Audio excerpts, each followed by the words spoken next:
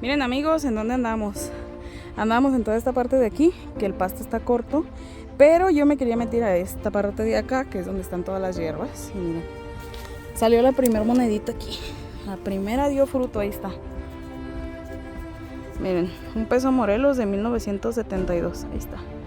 Vamos a darle amigos, vamos a seguir y pues a ver qué más encontramos.